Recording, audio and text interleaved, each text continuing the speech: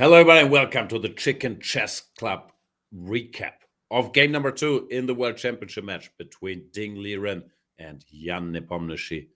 And what a game it was. Guys, did you follow the action live?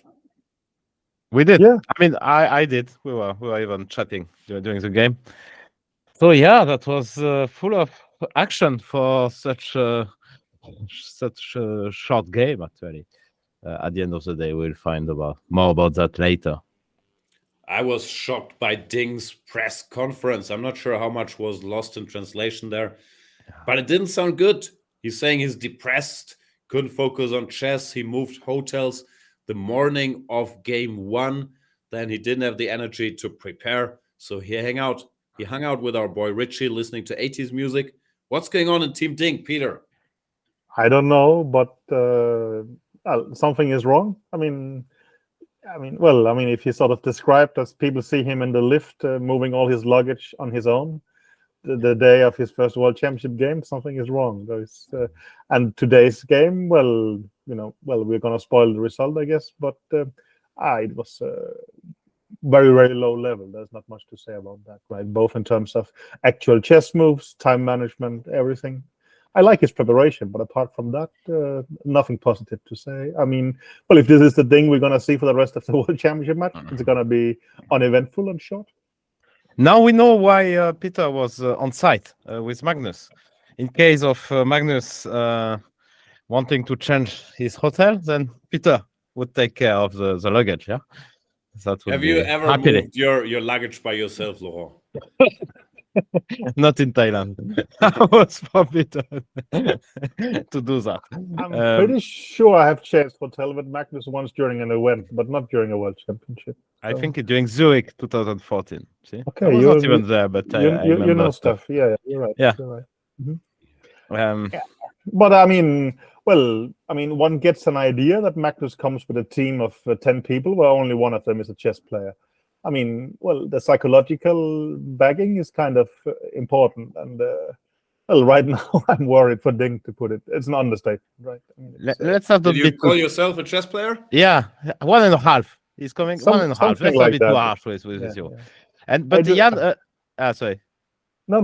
Jan, you were mentioning the press conference. You mean yesterday's after game 1 or after game 2? I couldn't hear anything from what Ding said. Simply, I mean, like I was trying to listen, put the volume on to the maximum. I didn't understand a thing. So except at the end, I don't know. I mean, like he was generally ending his answers by I don't know. So that's why you come here for in-depth analysis and insight. So let's have a look at the game. Laurent, tell us what happened. So D4, and we were expecting, actually with Peter yesterday, we thought 1c4 is likely, but we could never guess what was coming. I was expecting the Catalan. No surprise that Nepomniachtchi went for knight f6, c4, e6. He's abandoned the Grunfeld for a while, even for the last match when the Grunfeld was still his official opening. We didn't really expect the Grunfeld that much. So at World Championship level, knight f6 and e6 is what they tend to do. Knight f3, okay, all normal. This d5, and here comes the first shocker of the game. The little move h2, h3, which looks quite useless. I mean, at first sight. So Nepo started to laugh a little bit, and then he started to think for quite some time. So what is the point behind that move, Peter? I kind of like it. I mean, it's not so easy for Black to make a useful move. Well, he plays dc4 in the game, and then becomes like a queen's gambit accepted, where you played h3. But let's say if he goes bishop e7 instead, then you take on d5 and you go bishop f. No, king. No, bishop. Yeah, I know. So now takes, and you go bishop f4, and you get a reasonable sort of Carlsbad structure. And if you remember the Carlsen Nepomniachtchi game, they had a similar structure. He wouldn't play bishop e7 so early. He would go c6 and bishop f5. So here you can argue white has achieved a bit. You mean that like this, yeah? When? Yeah. What was the game? Oh, he won CD, Magnus, right? He won CD. Mm-hmm. Knight c3, c6, bishop f4, bishop f5. That was a Sinkerfield Cup last year. Yeah, Yeah. exactly. Before things started escalating. Anyway, so go back to the position after h3. Well, you can also play the move c. Well, for instance, bishop b4 check makes little sense. You just go bishop d2. So sort of Ragozins is not a worry anymore. Yeah. Well, you could play c6, of course. I guess then you go e3, knight d7, b3 is the computer line, and well, you get a game like this. I mean, I really assumed I didn't check that precise stuff with c6. I thought the idea was cd simply. And you that get could the also same cards, but if well, CD, okay, you get some anyway. Knight c3, no, bishop f4. I mean, then Jan is the boss. ED, he never got. It yeah, but never then you got. could. But this makes little sense. Then you could just Yeah. take on d5 immediately. I'm pretty And sure he would then- have played e3 instead. Really? Yeah. Okay. And well, knight d7, b3. I mean, computers are slightly better for white, and it becomes some kind of well, it's typical position here. Not too good, not too bad. And of course, the last move to debate is the move c5 and move 4. Yeah, which is actually what we would expect after 4 knight c3, or what's the deal there? Exactly. The So- difference is now you can take on d5, and nowadays the normal move is taking on d4, but here it doesn't hit anything on c3, so we can take on e6. So let's show what we do expect this So for Semitage, which became a nightmare for white's player. CD4, Queen d4, ED, e4, and so on. This endgame, which is a bit better for white, but clearly not enough these days. So that's the point of things that after So c5, c5, we take on d5, ed5 is the computer move then, and we will go. Then computer goes g3, and it basically becomes a Tarash where you have played the strange move h3, but well, a Tarash is a Tarash. I mean, well, you say bishop e7 or cd4, bishop e7 probably, castles, knight c3. But the main point is to get Nepo out of book. Actually, I like the idea. Yeah, but also, I mean, sometimes people has played reverse Tarash, meaning the pawn would be on h2, and the colors would be different. And I mean, well, you can easily play this with a 4-win with black. So, I mean, well, this is actually, I quite like the h3 ideas he played, and I think also the game was not too bad for him. So, I think if we talk about it technically, he came up with some reasonable idea. Of course, what he's going to do in his next 6 games with white is another question, because he's not going to repeat this one. But he took on c4, so the game became e3. Jan, now it's just to. I'd love to, but you guys don't allow me to weigh in. No, actually, is a good idea because black's 2 main moves are c5 and d takes c4, and neither are completely in Nepomniachtchi's comfort zone. cd5, ed5, he gets some Tarash position, which he doesn't usually play. At dc4, Queen's Gambit accepted. You reach that center position where any move is possible. Rook e1, bishop e2, bishop b3, b3, a3, and h3 is not that stupid either. I was also checking during the match. So I thought it was smart prep, getting him out of book and asking him some questions. Yeah, so let's show exactly how we could get that position from the Queen's Gambit. Accepted, knight f6, bishop c4, whatever, e6. You can get it in many different ways. A6, and here there is actually maybe 10-15 moves for white. Rook e1, Queen e2, a4, knight c3, whatever. But h3 is one of them, even if it's a small line. I checked the database. There's no player above 2,500 who played it as white. So no, it doesn't feel that critical, but this position is strange anyway, that white is trying all these waiting moves, and you could argue h3 is as good a waiting move as any, making a luft. So I thought it was all right. Yeah. So Nepo went for the most straightforward. Here you could play he played knight c6, but b5 and knight b7 were typical move, I would say, in this structure. But knight c6 is the most obvious. So Ding went quickly knight c3, b5, bishop d3. b5, by the way, I thought wasn't an obvious decision at all. Like to combine it with knight c6, especially. To my mind, cd4, ed4, bishop e7 looks like the quote-unquote normal way to play here when you get reasonably typical isolated pawns position where white is committed to h3. The computer still gives white whatever 0-10 a3, so it's not like this is ending the game. But to me, especially if you're surprised by it, this looked more normal and more straightforward than b5, after which it can become really sharp. Yeah, but he likes it in a way. Yep. And it becomes now, I'm sure Peter will mention that, but it becomes very similar to one line, which is very well known, without the pawn h3. So it's what he said in the press conference, actually, that he was not sure that h3 was so useful. Of course, it looks better to have it, but yeah, it's not critical at all. Let's show the line, maybe. Actually, Magnus had a game recently. Let's say that one, c4, c5, knight f3, knight c6, knight c3, knight f6, e3, e6, d4, d5. Now we go a3, takes, a6, castle, and b5, bishop d3, bishop b7, which is the transposition, except that you don't have the pawn h3. So And here you go a4 with white, yeah? So you get Yeah. almost the same position. Yeah. So this is very interesting, actually. But what I don't get, here, I mean, for me, the mystery is one of the mysteries of this game. He played a4. But basically, you are saying that so the pawn with the pawn on h2, this could be in Nepom's prep because he plays the semitaras and he might have prepared exactly this. So it could also be that Ding has lured his opponent into something he knew very well, only with the slightly different pawn position. No, but the weirdest thing that there's a game Ding Aonian in that position with the pawn h2. So, and here, I mean, that's for me the weirdest, because after before 94, knight a5, he started to think for a long time. And also knight a5, I would guess he thought they probably briefly checked this position, but you don't expect knight a5, even if it's a computer move, because it's not a move you can make over the board. So that would explain your theory that Ding was familiar with the position with the pawn on a2. But I really don't think that you can play knight a5 if you've never seen this or anything alike.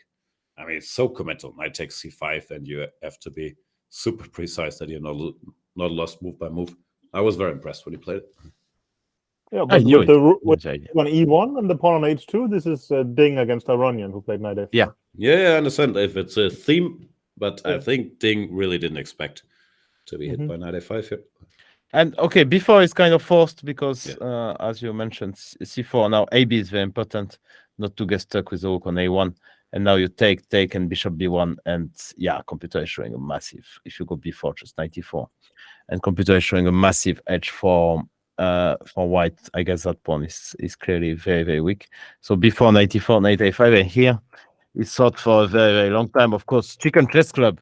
Here, we would snap knight takes c5 because knight f6, once you realize he can take with the pawns, and rook g8. Oof, looks scary, no? But also knight c5 looks much more principled, no? You take the pawn, you probably grab the bishop pair. Yeah, the line is goes like this, takes, knight e4, c6. And you shouldn't take here because otherwise bishop d2, c1. I check that, but you can go knight b3, rook b1, and then you just create a pawn, and it's more or less fine for black. Yeah, I think c6 was not forced. Bishop d2 is also there. Yeah, black, I'm saying yes to know this stuff move by move to survive. Yeah, it was a bit strange for me. Ding didn't go for this, to be honest. I think also that's what he did with the rook on e1. So it puzzles me a bit, actually. And I think instead of bishop e4 with the rook on e1, then he played knight d7, Aronian, right? Yeah. Let's check that too, but computer's still giving a plus, no, after whatever it was. C6 was there, or bishop d2 as well. Like, it wasn't much fun. Yeah, but Nepo would have played bishop e4, yeah? But here we also have bishop e2, no, if we want to be safe. Like, I was surprised. Yeah, okay. So after queen takes, you just take with the bishop. That I didn't check, yeah. I think even rook takes, yeah. Rook takes knight b3. Oh, yeah. Okay. Bishop takes. Apologies. Yeah. And bishop takes, and yeah, probably. So no, it's clear that black has some ways to equalize, but still have to show something. So yeah, that was, and actually in the press conference, the only thing I understood from Ding that he missed g take f6. Which is amazing. Actually, I will bring back very, very good memories to Peter, but it's so similar to the Bond variation. Yeah. from Kramnik Anand 2008. And I mean, it's the same. JF, you play G8 and you will have black. But it's Also, such a it's good, completely good typical version in for such black. positions, no? Yeah, I mean, Yeah. it's a weird thing to miss when black has two legal moves and queen f6. You know that e4 he's going to lose some time. I Yeah, don't know, exactly. Ding just doesn't sound like yeah. himself. Yeah, so GF6. Now he played e4, Which is bad. He should go Yeah. dc5 here. I guess he was mentally prepared to go e4 after queen f6. But here, it's just too much. Yeah, dc5, and it's a very sharp position around equal. I saw computer was suggesting queen d7, but that's not an easy move to make. You queen d7, you just want to castle, you don't care about that pawn. You'll take it when you want, but yeah, of course, that was the way to do it. e4 is way too risky. Nepo played c4, which is obvious. Now bishop c2 is the only move. Bishop b1 is knight b3, so this is really not good, and so could be stupid on a2. Bishop c2, and here, I mean, computer was showing b3 first line, but actually I really like the move of Nepo. I think it's a very human and very good move. Played queen c7. Generally, he just played logical developing moves. And Ding could not match it. Yeah, queen c7. Bishop d2 to make something out of to threaten queen e1. At some point, I guess, to put some pressure so to get the rook out. But it's too slow. Rook g8. But was it too slow? Why didn't he go queen e1 here? Like queen e1 f5, yeah? Here the position is okay. Yeah. For white still. Because rook g8, the computer was not in love with, if memory serves. No, I think both moves this, but I think here it's extremely crucial to play king h1 with the idea of rook g1. Then basically the computer says it's equal. You have to defend like this, and you're kind of okay. It's a very strange maneuver to find and play. But with that, I think the computer goes to 0.00. Of course, it's easier to play for black, but it's not game over in any way. It's actually, well, it's okay in principle. But when this doesn't happen, I think it gets horrible. It's almost impossible to play like that as your first game ever in a World Championship match. You just go king h1, rook g1 after 15 moves. I mean, that's... It's a second. Yeah, it's your first white game. But yeah, I mean, it's just... I don't know. No, it's tough to play, of course. But I think the biggest mistake comes a bit later. So he goes rook to c1, long castles. And now very quickly he goes bishop d3, which just does nothing and would cost him 2 tempi. And I think this is the move that loses the game. Is, I mean, here, I think he's still slightly worse. But if I remember, you can still do this queen e1 and king h1 thing, right? And I mean, it's not great, but it's not I think Gusti is right. It's not lost at all yet. No. But the next move is just.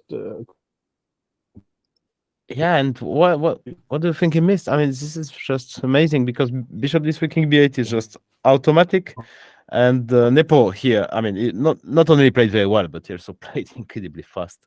That's also completely the only move. King b8. You don't want to allow any bishop c4 b3 business.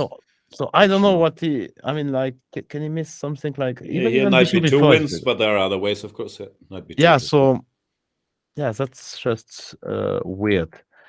King b8, rook e1 to protect here, but here Nepo just placed out f5, which is, of course, a very strong move based on the small tactic ef, rook d4, and now you see all the pieces attacking here. Knight d4, rook g2. It's very cute, actually. King f1, rook f2. Yeah.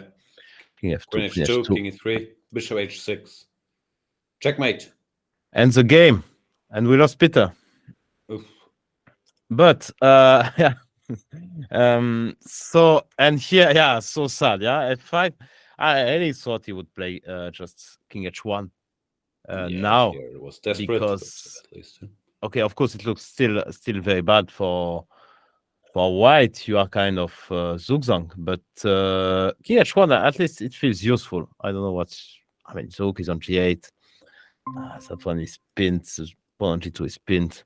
So I don't know. I would do King H1 without even thinking, actually. I think, but no. Yeah, No, I think would be it might unhappy, be but past the point of no return here. I don't know what Copy Yeah, of said. course. F6 and then Yeah, E5 or F6. Queen G7, you're in deep trouble. But at least actually, he just mentioned stop hanging F6 there. in the press conference, Nepo. So that's also very impressive because this is the first computer line. Yeah, he seems in good shape, but also this type of position. Yeah. He's generally very good when he's confidence attacking. The moves flow naturally. And yeah, Ding just gave him way too much to work with. Let's have a look at how 96. it actually ended. Yeah, this knight c6 came as a surprise to me, but it's very strong. And he must have anticipated this bishop g5, sure. rook g5.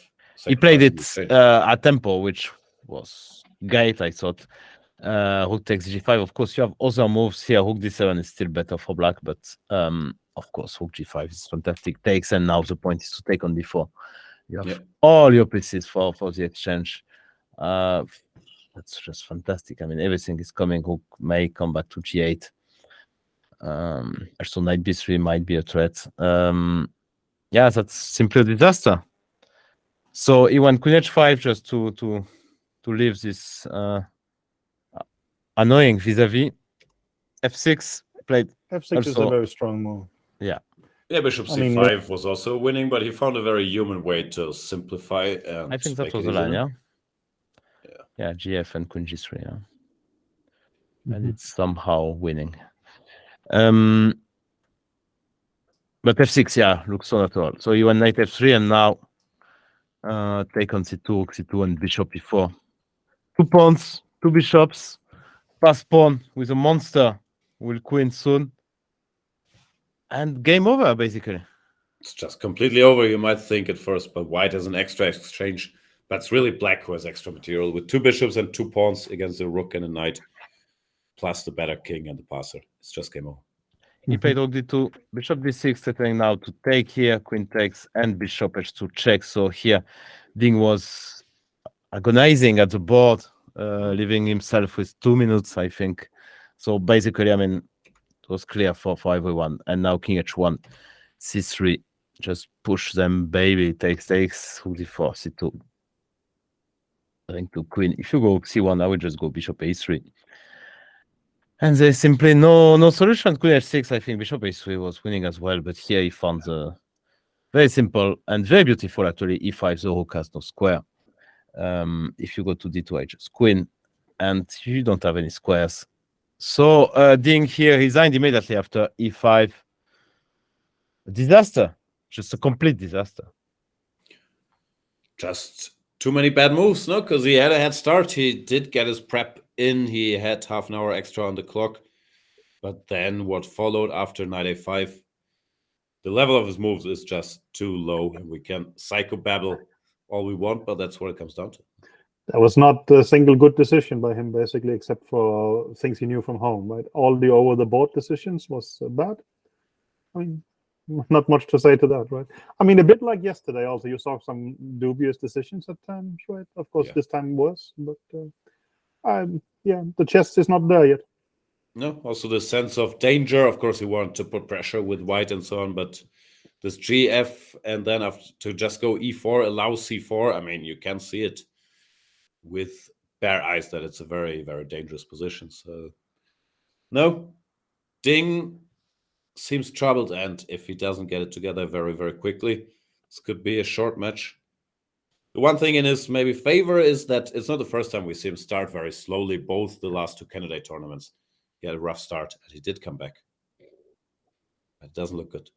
The pressure is a bit off now that he lost a game. I mean, he's behind. I mean, I don't know. I'm trying to find positive things, you know. You can chill with Richie. They listen to some 80s music.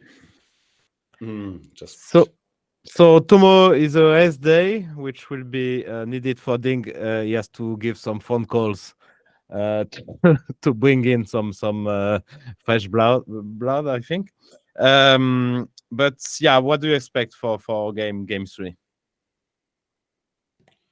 Not much. Another micro idea in the Marshall. I think it's too early to change openings for Ding, I don't think Nepomniachtchi will repeat exactly the same, but he's gonna try to ask a small question, most likely along the same lines as in game 1, and we'll see if Ding can get it together.